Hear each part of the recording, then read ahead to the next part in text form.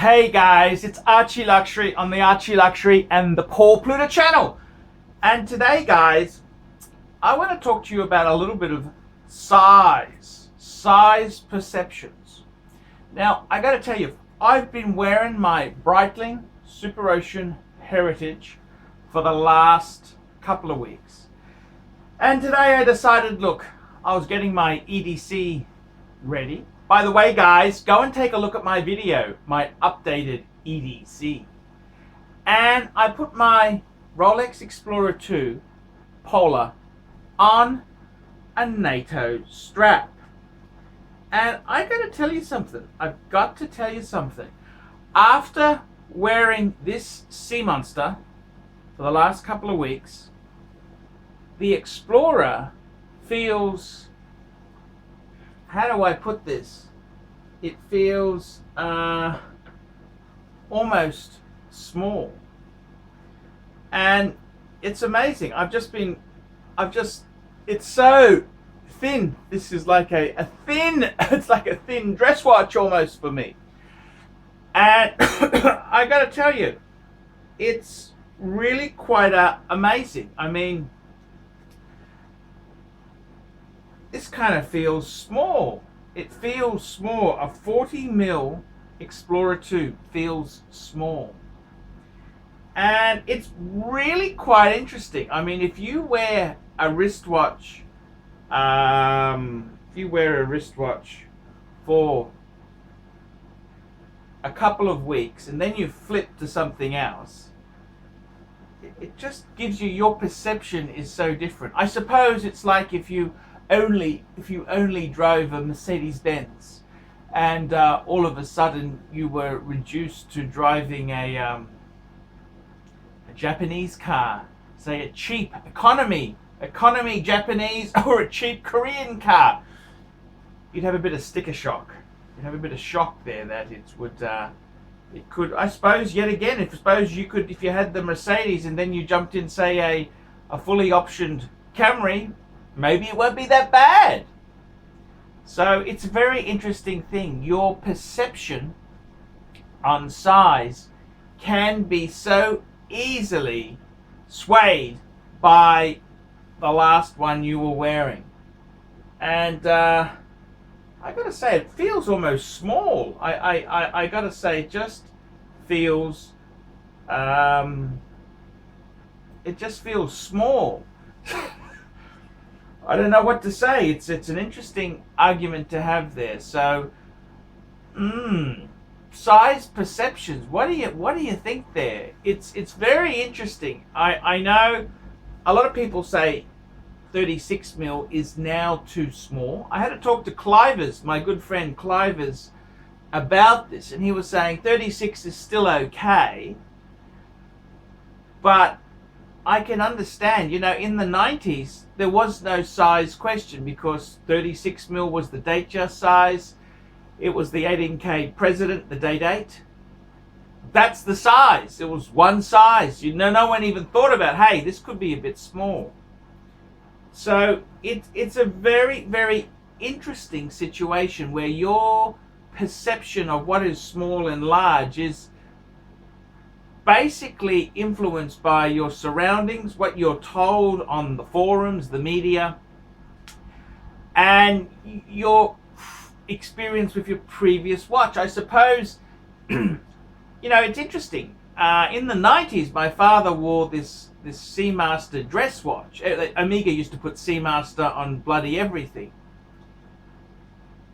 And it was only sort of like a 30mm watch. I never really thought, hey, that's bloody small. You never really questioned it. You thought, oh, that's a men's watch. Yep, no worries, that was the size. But now you look at it and think, gee, that's small. And I suppose that's how it is. It's all relative to our reference points. If we think it was really small, maybe it is.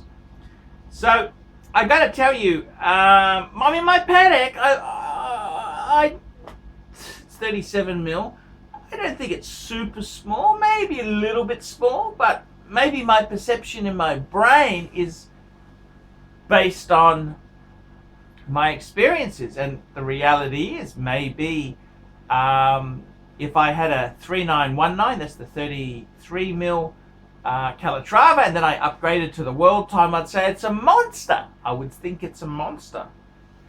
So the size, your size perception is really influenced by other watches in your collection. And I've started to go a bit bigger. I got to be completely frank with you. I do enjoy my IWC Ingenua. That's 42.5 mil. And Scotty's just got the new 40 mil, and I thought it was a bit small. The Reverso Grande, that's always been a big, hefty sort of thing. I love that. The Breguet, that's a little bit smaller, I suppose. The Breguet is smaller, you know, that's under the 40 mil mark. And it's interesting, the Tudor Black Bay Heritage I bought, the Burgundy dial one, it's really, at 41 mils, it kind of feels the new normal. So putting on the Explorer 2, I kind of think, hey, maybe it's small. And our perception of what is the right size is all changeable. So what do you guys think? Do you think, you know, I really think, I think I'm realizing that my perception is being altered by the previous watch. So when you wear a monster like that, it's not just a monster, it's quite a thick, girthy sort of thing, and then you change to that, an Explorer 2, they kind of feel very different. So I don't think it's a bad thing. It's good to have different kind of feelings on these watches. But our size perception, it's very, very interesting. It's really quite interesting. And I suppose if there's a bigger discrepancy, it's more noticeable. So I suppose that's part and parcel of the watch. But fascinating stuff. Size perception. What is your size perception? What do you think? Tell me what you think. Put some comments below and tell me, do you think the Polar is too small? I don't think it's too small. I think I'll get used to it. After a week or so on the wrist, I think that'll be the new normal.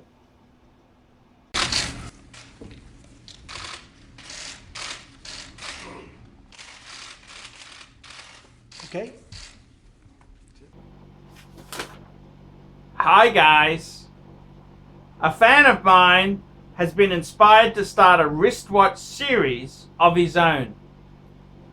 Bitter Poet Madman. That's the name of his channel. And the show is called It's Complicated. That's right, it's complicated.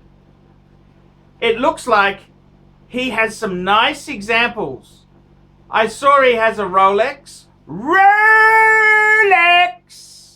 He recently just got an Omega. He talks watch accessories, does reviews, unboxings, and talks about new and pre-owned wristwatches. Again, the channel name is Bitter Poet Madman. Bitter Poet Madman. So why don't you fuckers let that fucker know what you think of that. Bitter Poet Madman channel. Hey yo, I'm Bitter Poet Madman, the host of It's Complicated, a wristwatch series. We talk about luxury watches, we talk about affordable watches, we're going to review those watches, we're going to talk about the watch market in general. I'm going to tell you how to get good bargains, I'm going to show you how to find good watches used, I'm going to show you how to find affordable watches new, and how to save money on that grail piece that you're looking at.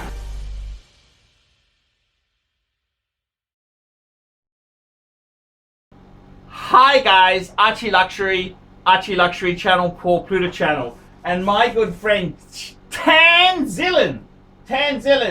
Answering super chats. It's not about the money. It's not about the money. I feel like I'm doing my passion. Tanzillion, simply the best. And he's got another one for you here. How's this? It's not about the money. It's not about the money. It's my passion. Scheitling on time. Simply the best. Now, guys, I got to tell you, I struggle to survive full-time on YouTube. Please look in the description below for 10 ways you can keep me full-time on YouTube. Guys, I really need your help. Please consider getting a paid video review. I'll do a review on any watch, any question you want. Guys, you can sponsor me on Patreon. You can sponsor me for as little as $1 a month. $1 a month, and that just keeps me going on full-time on YouTube. Guys, you could also, I do phone calls. You can talk to me for an hour on the phone, Skype or WhatsApp, for $50 US. Guys, I really do need your help to stay full-time. Ben cannot survive on Google Ads alone. Please help me. Please help me stay full-time on YouTube. And guys, don't forget that it's not about the money. It's my passion. Scheitling on time. Simply the best. Tanzillion, thank you. That's a sponsored bit from Tanzillion. I can do that for $150 a month if you email me directly. Look below for my email address, guys.